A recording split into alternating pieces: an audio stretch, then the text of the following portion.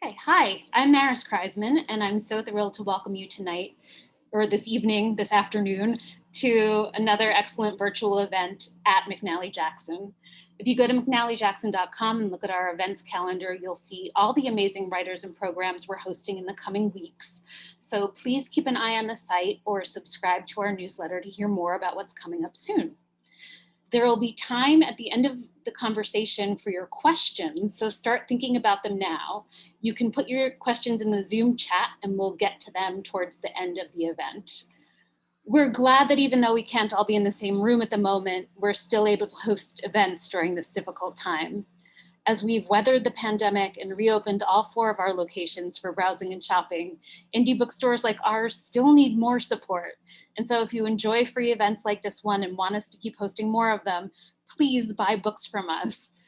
Throughout the event, I'll be posting links in the chat to buy Billie Wilder on Assignment from McNally Jackson.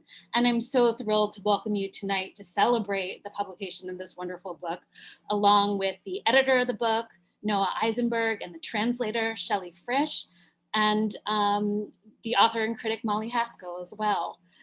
So let me introduce them. Noah Isenberg is the George Christian Centennial Professor and Chair of the Department of Radio, Television, Film at the University of Texas at Austin. His many books include We'll Always Have Casablanca and Weimar Cinema. Shelley Frisch is the award-winning translator of Dietrich and Riefenstahl and the 3-volume Kafka from Princeton, among other books. And Molly Haskell is an author and film critic living in New York City. Her latest book, Steven Spielberg, A Life in Films, part of Yale University Press's Jewish Lives series, came out in January 2017. In the fall of 2016, University of Chicago Press published the 3rd edition of her landmark, From Reverence to Rape, The Treatment of Women in Movies. It's a pleasure to have you all, and take it away. Okay, thank you. May I ask Maris one thing real quick, Molly, before you begin? Yeah. I forgot to ask her this before. Am I able to share screen, Maris? Would that, can you give me privileges to do that in case we do want to see some of the images? Thank you very much. I just wanted to clear that up. Molly, it's all yours. Okay. Well, Noah, this is just such a fun, fantastic, enchanting book about Billie Wilder and how he became Billie Wilder. And I want you to talk about from day one how he got his name and his first job. But I thought first I would go to Shelley as an afterward about the origin of the book and talk about it. There were 2 books of journalism, all composed. Well, it says all composed in the 20s, but there's some in the 30s, at least I think in this book. Anyway, and so what were these public? You found these and you went through them. I want to know what you decided to include and what you decided to leave out. But first of all, what were the 2 books? Were they published or were they just this collection of tear sheets or something? No, that's yours. Okay, thank you, Shelley. I'll field it real quick. 2 volumes came out, Molly. First, in the late 90s, in a small Berlin publishing house, was a collection that was called Der Prinz von Wales geht auf Urlaub. The Prince of Wales goes on holiday. And the title piece from that collection we include in this volume, as well as a number of the other pieces. These were his Berlin writings from the 20s. Molly, you're absolutely correct. And then they go into the early 30s. The last piece in this collection actually dates from it was published in 33. It was in Der Querschnitt, which is something more or less an equivalent to sort of a highbrow literary publication, something like the New Yorker magazine. That's the last in the collection. Otherwise, these are all from around the mid 1920s, beginning 25, 26, and taking us more or less to the beginning of the 30s. The second volume was a Viennese collection that came out in the early aughts, and it was simply called Billie, and it was his writings from Vienna during more or less that same period. I say more or less because already in the summer of 26, he relocates from Vienna to Berlin, and from Berlin, which is his main base of operation, he remains there until he leaves after Hitler's stunning ascent to power in January of 33. But even while in Berlin, he continued to contribute to some of the Viennese publications. That's my answer. I'll stop there. Well, was Shelley in on this or did she come in later? And is your German good enough you could just breeze through these? I spent a lot of time living in Germany and Austria, and like Shelley, I did an advanced degree. Both of our doctoral trainings were in German languages and literature. In my case, German studies. And And so absolutely, I had access to these long ago, and I often was deeply perplexed, if not fully depressed, by the fact that they weren't available to Anglo-American readers. And so that's where Shelley comes in. Okay. And a little side note that buyers at indie bookstores will enjoy. The book has, as Noah was mentioning just a moment ago, a piece about the Prince of Wales, and there are a couple of other isolated references to the Prince of Wales in the volume that we've put together. And Amazon, in its infinite algorithmic wisdom, is now calling this book the #1 new release in Welsh history because of the Prince of Wales. So, we've gotten some yucks out of that, and it also shows that they weren't really all that knowledgeable. It shows why we should buy our books at local bookstores like McNally Jackson. Anything to get the royals, an angle on the royals, I guess. Well, so start with, I love the story of how he got his name, his mother, and also his first job in journalism, when he thought he could be a foreign correspondent in the U.S. without having any English. So just start with that. Yeah, sure. I'm happy to begin there. So Elsewhere, if you want. No. I think that's a good place to begin. Yeah. I would love for us to pivot then back, though. At some point, we'll figure a good way, Molly, to pivot back to the translation of these texts, which is so essential. But let me just give a little bit of background. Well, as we go along, you might think of some passage or other that would that would be great to read. Yeah, that would be great. So Shelley, as I proceed, maybe because I know you have a few tricks of your own up your sleeve. I have a few tricks of my own, and I will read the translator's note when it's. I was trying to figure a nice segue there, but let me answer Molly's question. So Billie was born in the Galician town of Sucha, which is just about 30 miles northwest of Krakow.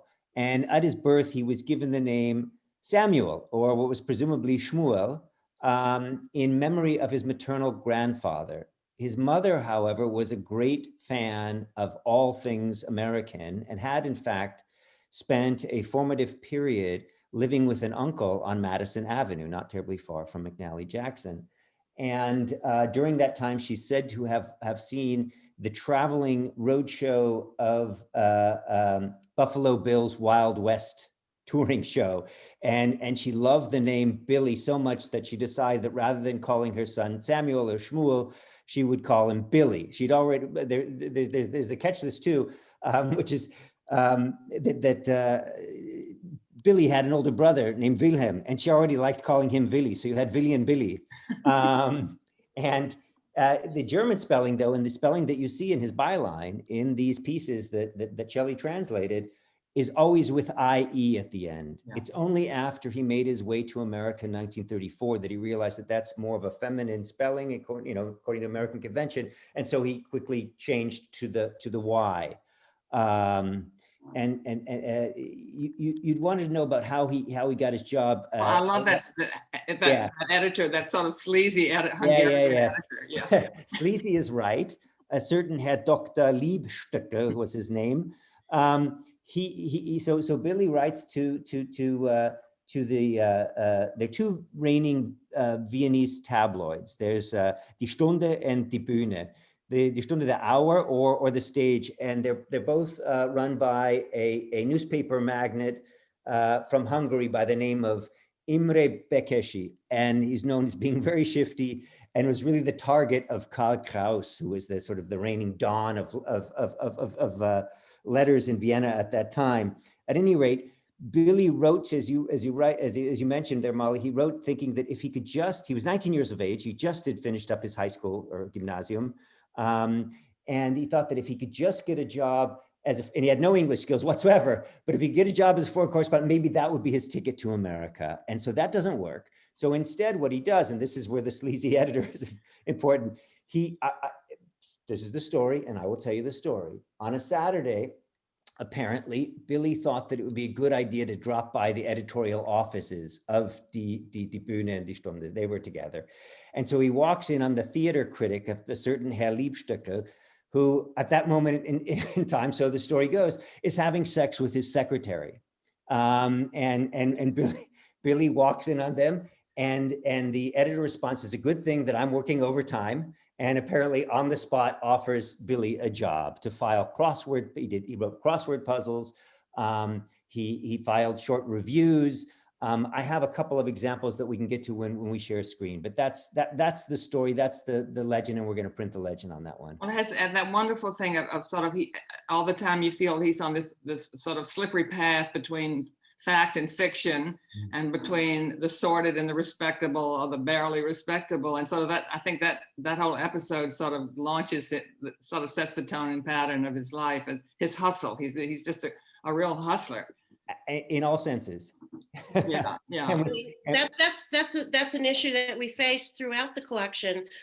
Is this actually Billie Wilder's voice? Is this an injected narrator? To what extent is this narrative about Billie Wilder's life? And it's very hard to ascertain any of that, but we had a lot of fun. Yeah, well, I think that's deliberate on his part. I mean, he's sort of right from the beginning, he's having fun. I mean, he's having fun with his readers and having fun. And there's also, I want you to talk about, and maybe this is a place for Shelley to read, because it's just a wonderful episode. We all had always heard the legend that he had been people said he'd been a gigolo, but it was a little slightly more upper class than that. It was a dancer for hire.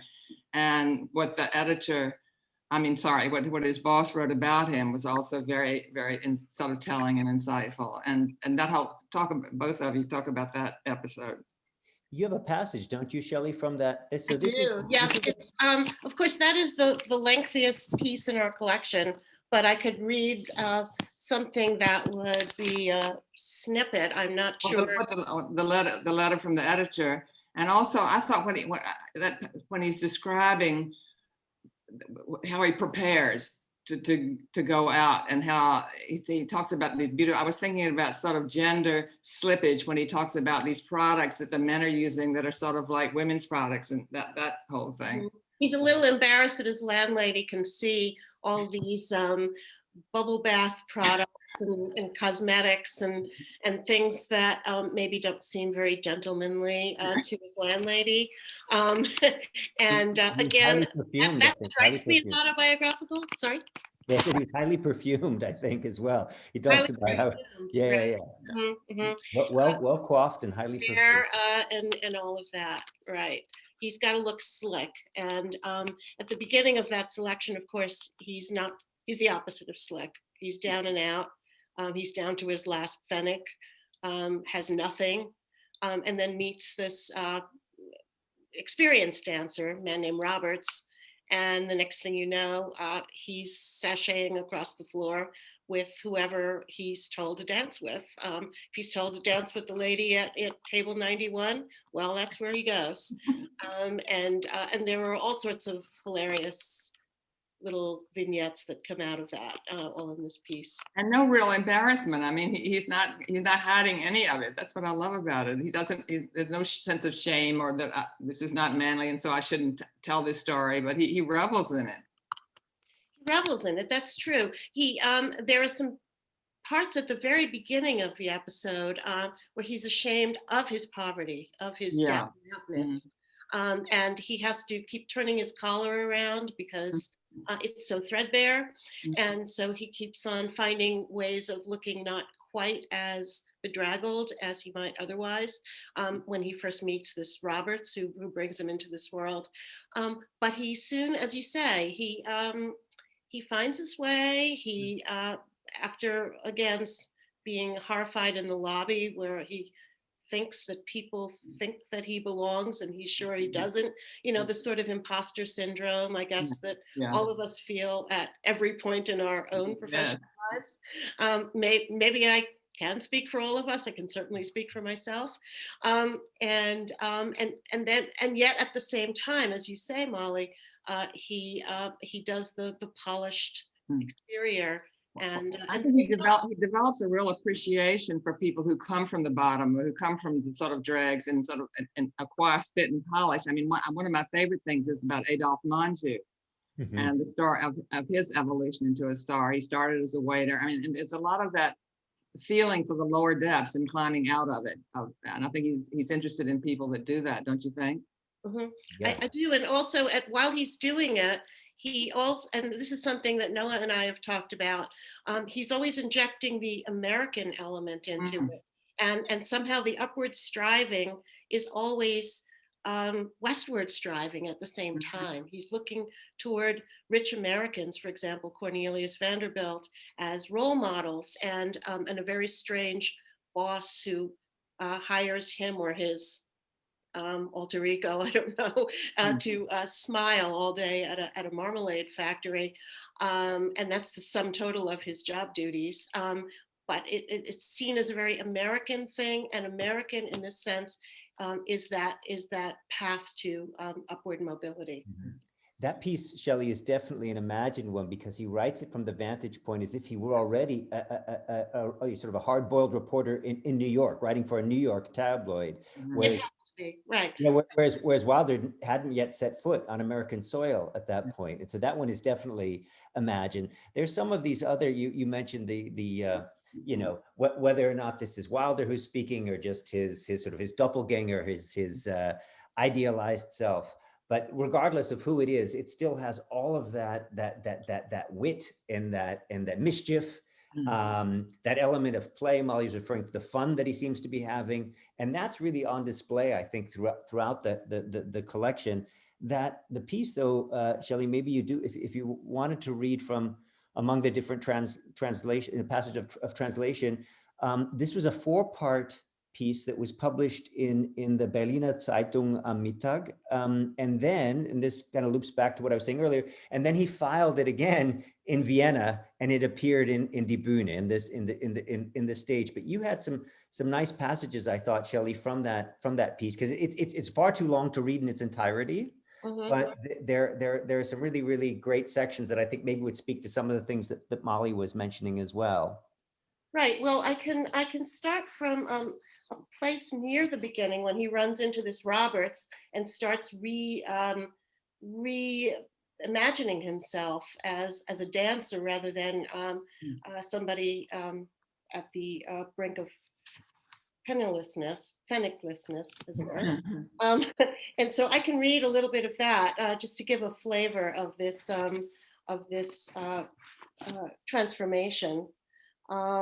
And I would also like to note at the same time that what I was always struck by in this piece and all of them is the sort of cinematic settings that he gives all of these pieces. And to me anyway, but of course with the wisdom of hindsight, seeing how he evolves as a filmmaker. And so the part that I'm starting with suggests to me an establishing shot at the beginning of a film. And so I'll start there. It says here, I'm reading from this waiter, a dancer, please. Potsdamer Platz. Someone is shouting through the clamor of the traffic, swinging his walking stick, smashing into a baby carriage. Hello, imagine meeting you here. What, you don't recognize me? No, from the Tabarin in Vienna? Yes, of course, Roberts. I sink through the floor in shame. Come for a cognac, it's on me. Got an appetite? Excellent. Car available to Kempinski. And in the restaurant, bring me 2 orders of fish, this is all Robert speaking, in mayonnaise, 2 beef fillets, English style, medium rare, please, 2 salads, a bottle of 1917 Liebfrau Milch, but first, 2 large Hennessy's. That is Roberts the dancer. His hair is black as ink and shiny as rain-slicked asphalt. His eyes evince the South, his nose and his lips, those of the dead Valentino. Sort of a backhanded compliment, I guess. He eats a hot lunch and smokes imported cigarettes, coins jingle in his pockets, he pays his rent on time and doesn't owe a single pfennig to the washerwoman. Yes, the word inhibitions has never crossed his mind. Maybe that's how billionaires live. Of course, he's a dancer, Yvette and Roberts. He's danced in London and in Paris, in Warsaw, in Vienna, in Nice, in Carlsbad, in Brussels, and in Rome, in San Sebastian, everywhere. While we're eating, he tells me that he's been hired for the entire winter in Berlin. a giant hotel near the Memorial Church. Every evening, Yvette and Roberts and their dances. People are so nice to him, he adds. And you? What are you up to? I lower my head so he can't see my collar. Well, this and that. I tell them that I don't have anything at the moment, no job for the past 3 weeks already, but that something will turn up soon. I even have an idea, I say. I always have ideas. Can I help you? Roberts puts his hand on my arm. I tug on my tie and look away, read the label on the wine bottle. You are tall enough, says Roberts. What am I? You have suits, a tuxedo? Well, sure, of course. They're just in hock right now. You have some sense of how to bow in high society, how to kiss a woman's hand? I'm baffled. You dance, I know that. Now I'm asking you, don't you want to capitalize on all that? My face goes blank. Do you want to earn money? I'm now slack-jawed. Money, lots of money. Not a word. You'll become a dancer for hire with us. You'll present yourself tomorrow. And he asks for the check, pulls a 100-mark bill out of his wallet, thereby revealing another dozen of these bills, and holds it out to the waiter. Yes, I'll present myself tomorrow. And that's how that piece kicks off. You can imagine the rest is residual shame in the hotel lobby. And then, and hotel lobbies, this is something I'm always struck by in these pieces too, are something that are very commonly brought up as gathering places in literature and film of this time. We see it in Murnau's The Last Laugh. We read about it in philosophical treatises like Krakauer's big essay on hotel lobbies. How hotel lobbies seem to be taking the place of church gatherings as a meeting point for society, with obviously very striking differences in their meaning and their gathering of people. We see the settings, or I, in my mind's eye, while translating these, was seeing the settings of future filmmaking. I don't know if I was projecting into it, but I have to think that because so many of the pieces seem cinematically arranged, that was already, this sort of budding cinematic eye. And we reach a place, Shelley, as you know, in these texts, in these articles that he's filing at a pretty rapid clip as a freelancer.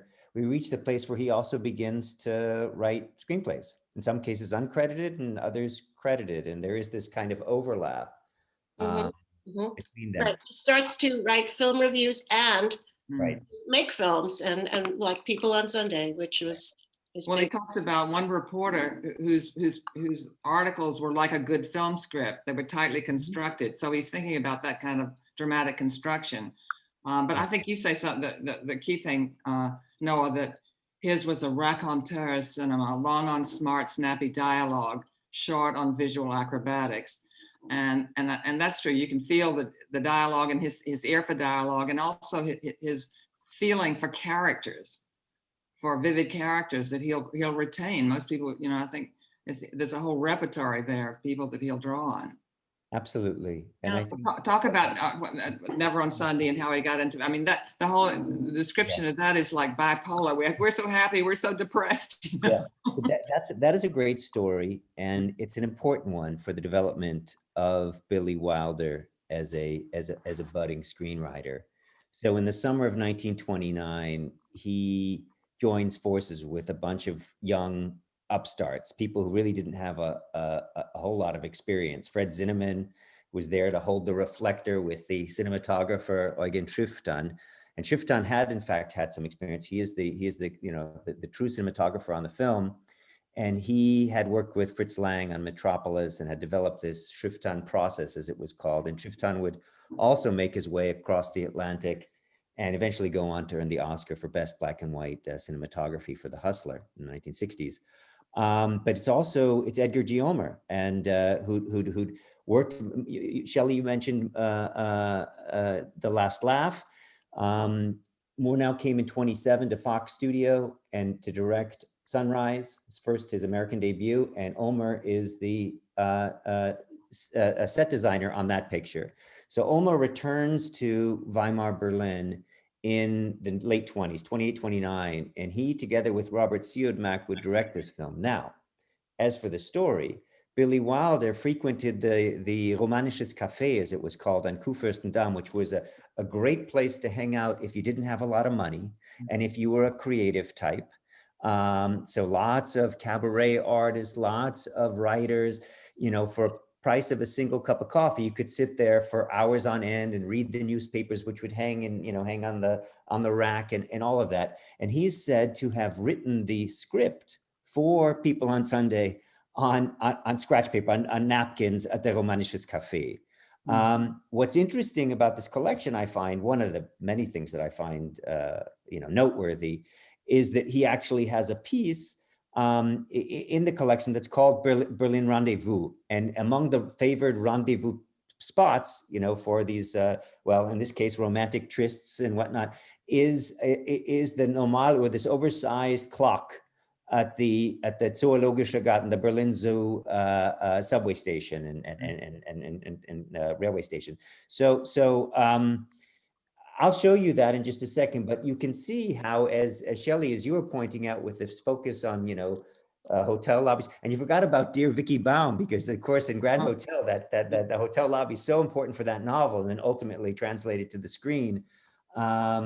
But yes, for Wilder, in these writings, you can see, Shelley, as I think you rightly point out, you can see these sort of flickers of later ideas that Wilder will pursue once he crosses the Atlantic and begins to write scripts, first with Charlie Brackett as his initial American co-writer, and then later in his later years with Izzy Diamond, with I.A.L. Diamond. But you can see a number of sort of germs or sort of embryonic forms that are given much grander shape, in some cases decades later. Let me share a screen, if I may, because I think it might be fun for people to see some of these early pieces and some of the things that Billie did, young Billie, again with an IE. I'm gonna share a screen for just a bit, and I will also use this occasion, if I may, to show that clip from People on Sunday, since we referenced that film. It's only 2 minutes, and it does show, in fact, that the rendezvous, like Berlin Rendezvous, it shows it taking place. So how he kind of takes from that earlier piece and then draws it into that script, if we can even call it a script, because it is really elliptical. In fact, the 5 non-actors who were employed in this low-budget production, they all claimed that they were kind of working on set pieces and writing things during the production, which I take to be true.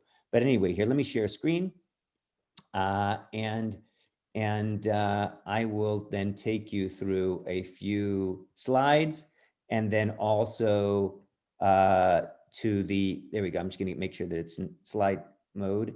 To that clip of People on Sunday, as I promised you, from Menschen am Sonntag.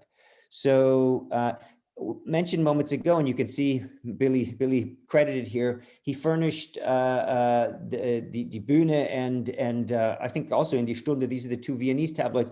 He did a number of crossword puzzles, and Molly, as you may recall, late in life, after he'd already racked up 6 Academy Awards, he'd go on to win the Irving Thalberg Award. He said he didn't really care so much about he told his German biographer Helmut Karasek this, didn't really care so much about the awards. It was that he's appeared twice in the New York Times crossword puzzle. That was true achievement, and I love that story.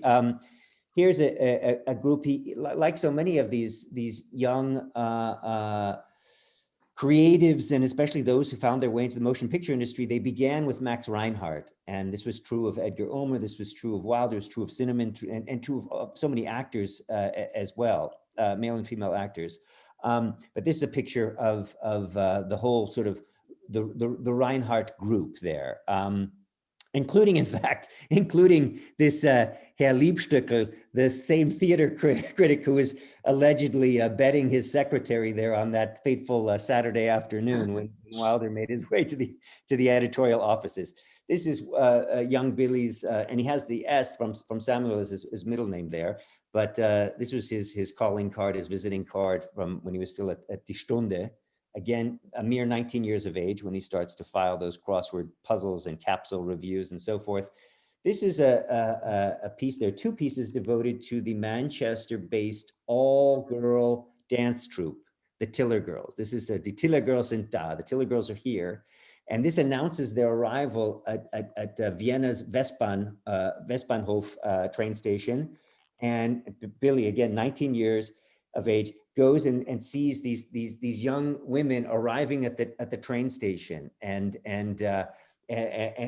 with them is this woman, now cue in, Joan Charlie playing Sweet Sue, for Sweet Sue and her Society Syncopators from Some Like It Hot.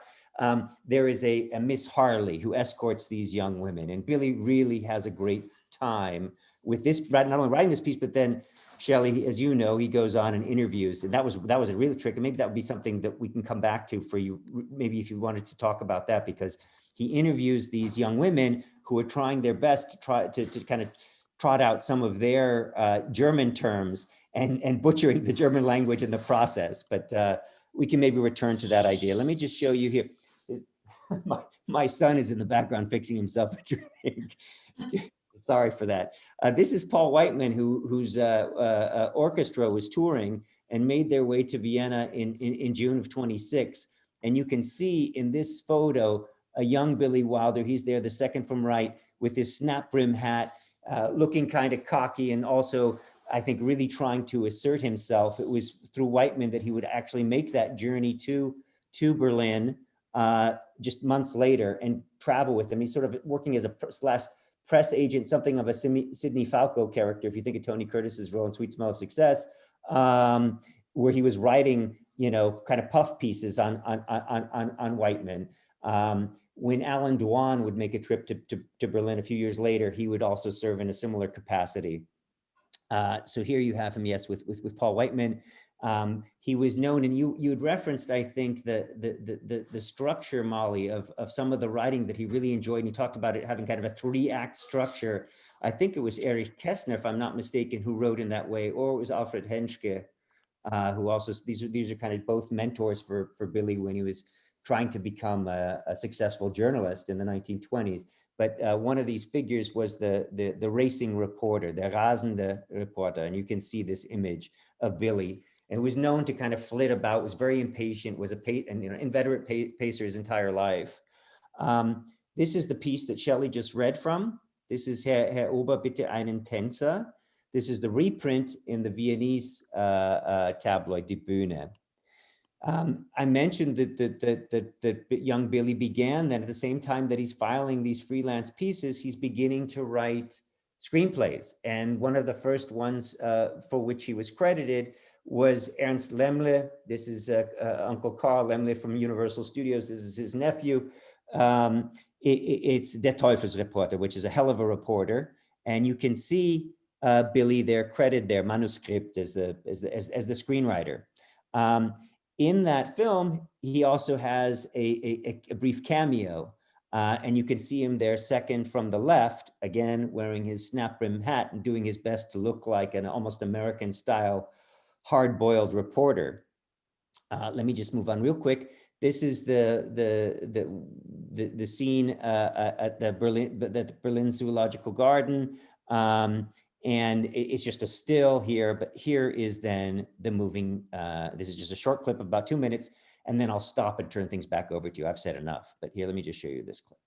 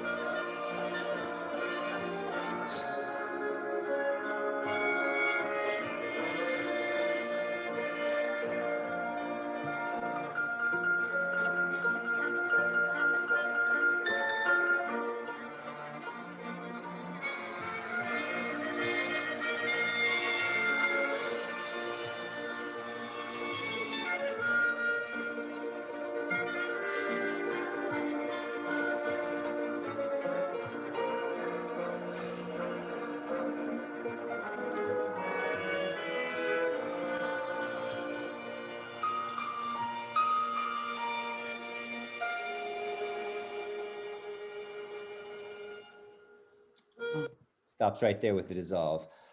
So that love letter to Berlin emerged from the pages to a large degree from the early writings of. And it was it was an amazing success, right? Even though it wasn't like anything that anyone was doing, right? No, and he writes again. He sort of serves as press agent as well. Yeah. So he kind of does his own. He says it sort of turns into Swifty Lazar a bit. Does his own sort of publicity work for the film, and it does turn into this colossal success. It was done on a shoestring budget in that summer of 1929 for a one-off production company on the money that they'd gotten from Robert Siodmak's uncle. And it ends up debuting in February. We have a ticket stub from the debut that's included in the book in February of 1930 at the Uferpalast am Kurfürstendamm, and the crowd goes wild. So, or wilder. It's beautiful. It's Yeah. beautiful. One thing I was interested in is that there's a lot of films. I mean, he's reviewing films and he's looking at films, but he doesn't. I mean, we know that he eventually became a great admirer of Lubitsch, but he doesn't really talk about Lubitsch here, or he doesn't review Lubitsch. He doesn't review Sternberg or Blue Angel. Some of the more obvious ones did he? Well, I mean, what's he?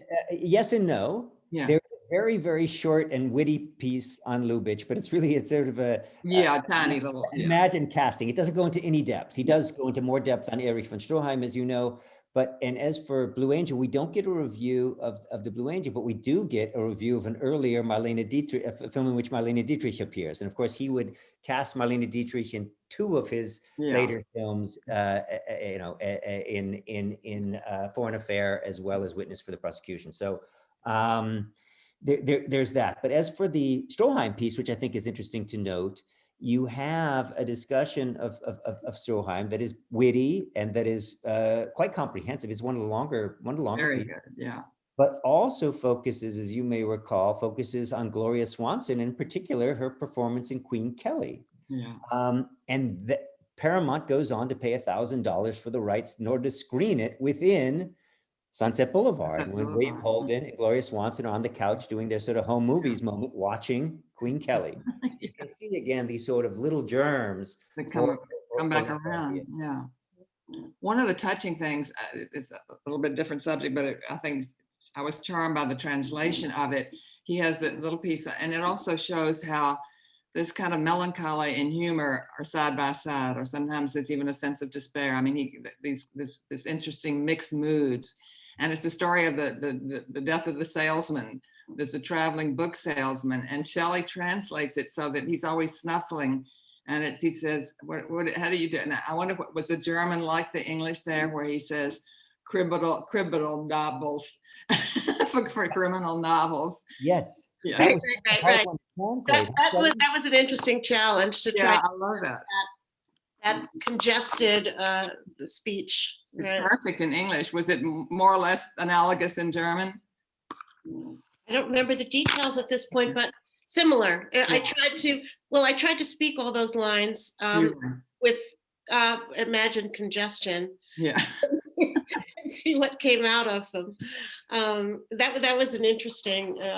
It was a woman who's was breathing out of one side of her nose, right? No, It's a book salesman. And congestion actually comes up quite often in his pieces.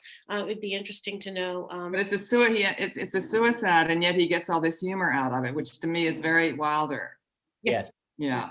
It's like a little bit The Apartment, where you have hilarity and despair sort of side by side. Well, I thought one of the interesting ones was about the unsmiling clown. And talk about that a little bit. Brooke, the clown. Oh, I love that piece. Yeah. Funny, young Lotte Eisner. I just discovered this recently. I was doing some work on Lotte Eisner, who was one of the few women critics at that era who attained the degree of prominence that she did. Yeah. He also interviewed the same. So I think more or less the exact same time, Lotte Eisner also interviewed this Really? Brooke, the clown. So Wilder has a piece on here. For me, it was just kind of crazy that the two of them were so drawn to this person, to this girl, whom I'd never heard of before, admittedly. Yeah, and he brings Chaplin into it too. Encapsulates the pictures of humanity that he gives us in so many of the pieces. Yeah.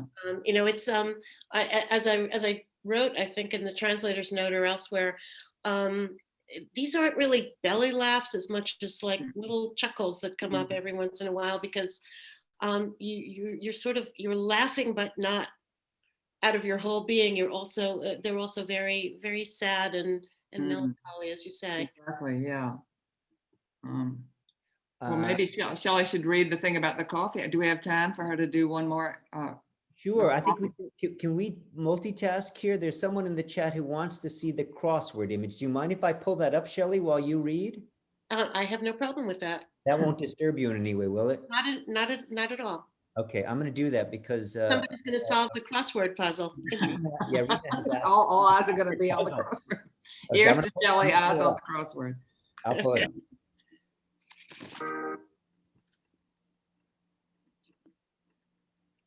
The crossword puzzle, it should be said, is in the book. It is in the book. It is in the book. Yeah, no, these are images from the book, or that we managed to secure the rights to include in the book. So they're in the book. They came from two different sources, from the Deutsche Kinemathek in Berlin, as well as from the Filmarchiv Austria, the Viennese film archive. It's all you, Shelley. Okay, so this is very brief, and it'll just maybe give you a flavor for what's in the book, possibly even the kind of flavor that whets your appetite for more. One hopes. So just a little bit about the origin and what's in it. When Noah Isenberg approached me with a plan to bring together the early journalism of Billie Wilder, I couldn't say yes fast enough. Who doesn't love Billie Wilder? Surely we all like it hot, Wilder style. Osgood Fielding III may have declared that nobody's perfect, but Billie Wilder's filmmaking comes awfully close to perfection.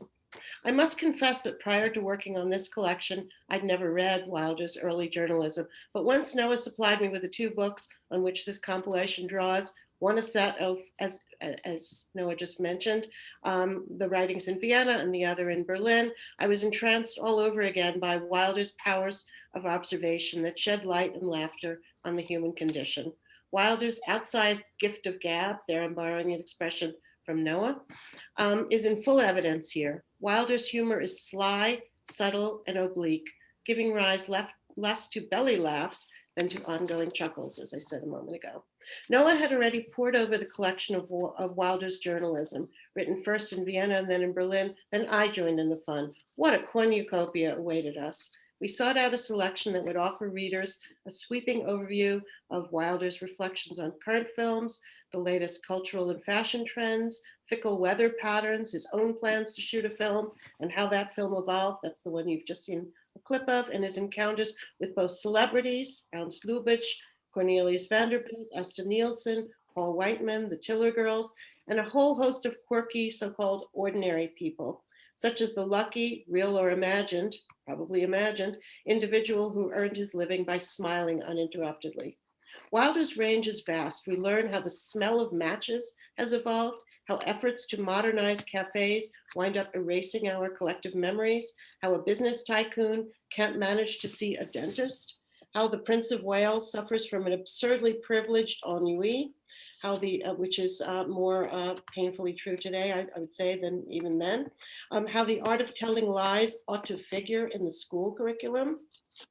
His essays engage and quicken our senses as Wilder's, quote, eager nostrils chase down sense, or as he brings musical life to inanimate objects, such as in this passage from one of my favorites, although maybe they all are, feel like my favorites as I'm reading them. Renovation, an ode to the coffee house. And Noah already alluded to the central importance of coffee houses in this period, and maybe also today, which infuses the atmosphere of a cafe with the tones of what Wilder calls the molecular miracle of metaphysical ensoulment. And this is now from this piece on the coffee house. Coffee houses have something in common with well-played violins. They resonate, reverberate, and impart distinct timbres. The many years of the regular guests' clamor have stored their filaments and atoms in a singular way, and the woodwork, paneling, and even pieces of furniture pulse marvelously to the tunes of the visitor's life rhythms. Malice and venomous thoughts of a decade on the blackened walls have settled in as a sweetly radiant finish, as the finest patina. Every sound emanating from the faintest quiver, the most unremarkable brains, comes through and runs endlessly in mysterious waves. all across the molecules of magnificently played sound bodies day after day. And then I just ended it off by saying, Wilder's prose is, well, wilder than I usually get to render in my translations. Where else do I get to write about witless wastrels, about an Englishman blessed with hearing like a congested walrus? There's that congestion again. About a performer with gasometer lungs, or a smoker who can make his pipe saunter from one corner of his mouth to the other. Wilder's words have verve and paint vivid pictures. They dance the black bottom like the characters who populate his pieces. Noah Isenberg and I hope that the readers of this volume find it a wonderful glimpse into how the Billie, i.e. Wilder of Berlin, of Vienna and Berlin, evolved into the Billie, that is with a Y, Wilder of Hollywood. And that is my overview of my take on this marvelous collection. And I couldn't be more grateful that Noah invited me along on this journey. And we've had a grand time taking it together. Thank you so much, Shelley. It was really wonderful. And thank you everyone for being here today. I don't know whether there are other questions. I see one person in the chat, fantastic. I ordered the book. Well, that's good. I'll show anybody the crossword puzzle then. If this is the way it goes with each person, but I'm glad that we were able to see that once more. Are there other questions from any before we sign off? I don't know. Do we have time, Maris, in case someone wants to, any burning questions? I'm preparing for a later Zoom. Simmering ones. Burning secret. I'm thinking of Stefan Zweig's Das brennende Geheimnis. Burning secret. that apparently fascinated Stanley Kubrick for so long, and even had a script. Different Zoom, not this one. I'm just they all begin to bleed. Like these days we were talking about, like the days and weeks during COVID, they just sort of bleed into each other. Well, thank you, Noah, Shelley, and Molly, for a really fascinating conversation. And please, if you're watching and your appetite was whetted, please order Billie Wilder on assignment from McNally Jackson. Thank you so much for having us. Thank you very much. Thank you everyone for coming out for this. And thank you, Molly. Good luck with the rest of your evening. And thank you. I enjoyed it so much, Noah, and good luck. Oh, thank you. Appreciate it. It was wonderful to talk to you all. Thank you, Shelley. Happy to do this again. And I'll see you, Shelley, for sure.